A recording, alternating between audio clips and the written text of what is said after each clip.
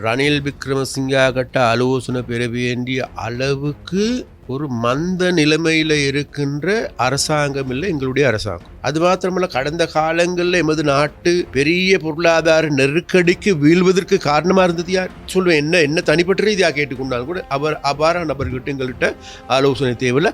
ஆலோசனை பெற்றுக்கொள்வதற்கு ஆரோக்கியமான ஆட்கள் போதுமான அளவு இந்த நாட்டில் இருக்கிறாங்க.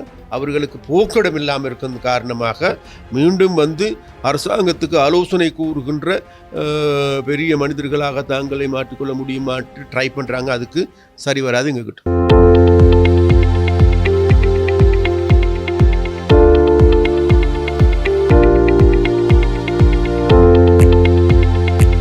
தனியார் அதாவது நாங்கள் அதில் மிக தெளிவாக குறிப்பிட்டிருந்தேன் அந்த கூட்டத்திலும் கூட.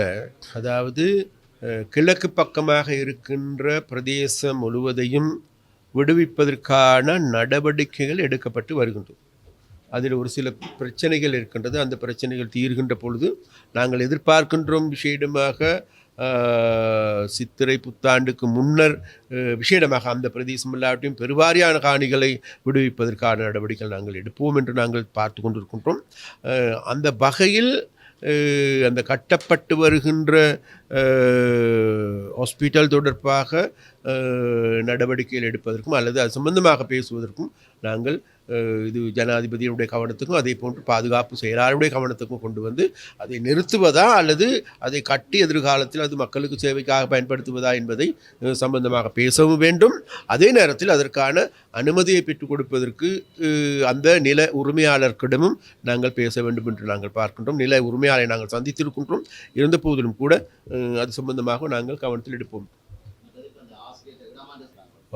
ஒரு உண்மை இருக்கு என்னண்டா, ரணில் விக்ரமசிங்காகட்ட ஆலோசனை பெற வேண்டிய அளவுக்கு ஒரு மந்த நிலைமையில் இருக்கின்ற அரசாங்கம் இல்லை எங்களுடைய அரசாங்கம்.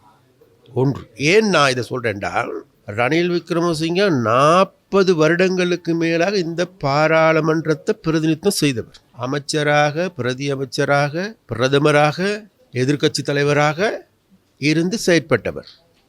அப்போ அதே நேரத்தில் இந்த நமது நாட்டில் ஏற்பட்ட பல்வேறு விதமான மோசடிகளுக்கு காரணகர்த்தாக்களாக இருந்தவர். விசேடமாக எங்களுக்கு எல்லோருக்கும் தெரியும், பிணைமுறி மோசடி வழக்கு தொடர்ந்து வந்து கொண்டு தான் இருக்குது.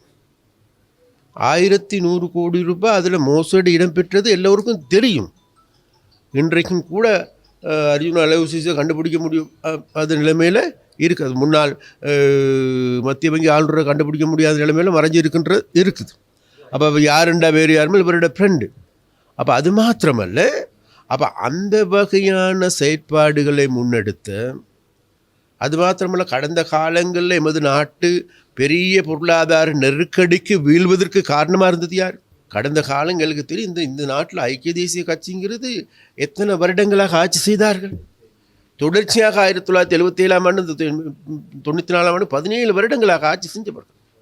இந்த நாட்டில் கடன் பிரச்சனையா, இந்த நாட்டில் ஜாதி பிரச்சனையா, மத பிரச்சனையா, இனங்களுக்கு இடையே பிரச்சனையா, அல்லது யாழ்ப்பாணத்தை எரிச்சல் சம்பந்தமான பிரச்சனையா, யாழ் நூலகத்தை எரிச்சல் சம்பந்தமான பிரச்சனையா, யாழ்ப்பாணத்தில் இருந்த கைது செய்யப்பட்டிருக்கின்ற இளைஞர்கள் 53 பேரை சிறைச்சாலையில் கொண்டதில் இருந்து யாழ் நூலகத்தை எரித்து சாம்பலாக்கி அதில் 97,000 புத்தகங்களை கொளுத்தன பாவித்தனமான நடவடிக்கையில் இருந்து இங்கே இருந்த இளைஞர்கள் யுவதிகளை அவர்களுடைய அரசியல் ரீதியான நடவடிக்கைகளுக்கு வேற்றுமைத்ததிலிருந்து எல்லாமே செய்ததற்கு யாருண்டா யாரும் இல்லை, இந்த ரணில் விக்ரமசிங்கனுடைய அரசாங்கங்கள். அப்போ அந்த பாவித்தனமான நபர்கிட்ட எங்ககிட்ட ஆலோசனை கேட்கணுன்னு சொல்கிறான். அவர் வேறு எதுவும் இல்லை, நமக்கு எல்லோருக்கும் தெரியும், பேசப்படக்கூடாத விஷயம். இப்போதும் கூட அவருக்கு எதிராகவும் கூட வழக்கு நீதிமன்ற நடவடிக்கைகள் எடுக்கப்பட்டு வருது. நீதிமன்றத்தினுடைய நடவடிக்கைகளுக்கு பிறகு எப்படியாப்பட்ட முடிவுகள் வரும் என்று நம்ம சொல்ல, அதனால் வேண்டி அவர்கள் வெளியில் இருக்கின்றவர்களா உள்ளே இருக்கின்றவர்களா என்பது நீதிமன்றம் தான் தீர்மானிக்கும். அந்த தீர்மானத்தின் பொழுது நிச்சயமாக இவ்வாறான நபர்களுக்கு நான் சொல்வேன், என்ன தனிப்பட்ட ரீதியாக கேட்டுக்கொண்டாலும் கூட அவ்வாறான நபர்கிட்ட எங்கள்கிட்ட ஆலோசனை தேவையில்லை. ஆலோசனை பெற்றுக்கொள்வதற்கு ஆரோக்கியமான ஆட்கள் போதுமான அளவு இந்த நாட்டில் இருக்கிறாங்க. அவர்களோட நாங்கள் ஆரோக்கியமான உரையாடல் செய்கின்றோம். ஆரோக்கியமான மக்கள் இருக்கிறாங்க, ஆரோக்கியமான மக்களோடு நாங்கள் உரையாடல் செய்கிறோம். அதனால் வேண்டி இவர்கள் கடந்த காலங்களில் அதாவது விட்ட தவறுகளை நிவர்த்தி செய்து கொள்வதற்கும் அதே நேரத்தில் கடந்த இன்றைக்கு அவர்களுக்கு போக்கிடம் இல்லாமல் இருக்கிறது காரணமாக மீண்டும் வந்து அரசாங்கத்துக்கு ஆலோசனை கூறுகின்ற பெரிய மனிதர்களாக தாங்களை மாற்றிக்கொள்ள முடியுமாட்டு ட்ரை பண்ணுறாங்க. அதுக்கு சரி வராது எங்ககிட்ட. ஆசிரியர் இடமாற்றம் சம்பந்தமாக உண்மையிலேயே அது ஆசிரியர் இடமாற்றத்துக்கும் எங்களுக்கும் டிசிசிக்கும் எந்த விதமான தொடர்பு கிடையாது. ஒன்று. இரண்டாவது, அது மேன்முறையீடுகள் பரிசீலிக்கப்படுவதற்கு அவர்கள் சென்று, அதாவது முதலில் அவர்கள் வேலையை பொறுப்பேற்க வேண்டும். அந்தந்த பிரதேசங்கள் பொறுப்பேற்றுவிட்டு அங்கிருந்து அவர்கள் மேன்முறையீடுகளை செய்துவிட்டு, வேண்டுமென்றால் மேன்முறையீடுகள் செய்துவிட்டு வேண்டுமென்றால் விடுமுறை போட்டுக்கொண்டு கூட அந்த வழக்கு முடிவு வரைக்கும் கூட இருந்து பேசலாம். இருந்த போதிலும் கூட நாங்கள் எங்களுடைய பக்கம் இருந்து நாங்கள் பார்க்கின்ற ஒரு விடயம்தான் இது. அவர்களுடைய பக்கம் வந்து நியாயமாக இருக்கலாம். அதே போன்று இந்த பிரச்சனையை நாங்கள் பார்க்கின்ற பொழுது இன்னொரு புறம் அவர்கள் வழக்கும் தாக்கல் செய்திருக்கின்றார்கள். அப்போ அந்த வழக்காடுகின்ற ஒரு சூழலும் நீதிமன்றத்தில் உடைய விடயமாகவும் இது இருக்கின்றது. அது சம்பந்தமாக நாங்கள் பார்க்க வேண்டும். அதே நேரத்தில் இன்றைக்கு 300க்கு அதிகமானவர்கள் வெளி மாவட்டத்தில் 10 வருடங்களாக 8 வருடங்களாக இருக்கின்றார். அவர்களை சம்பந்தமாக நாங்கள் பார்க்க வேண்டும்.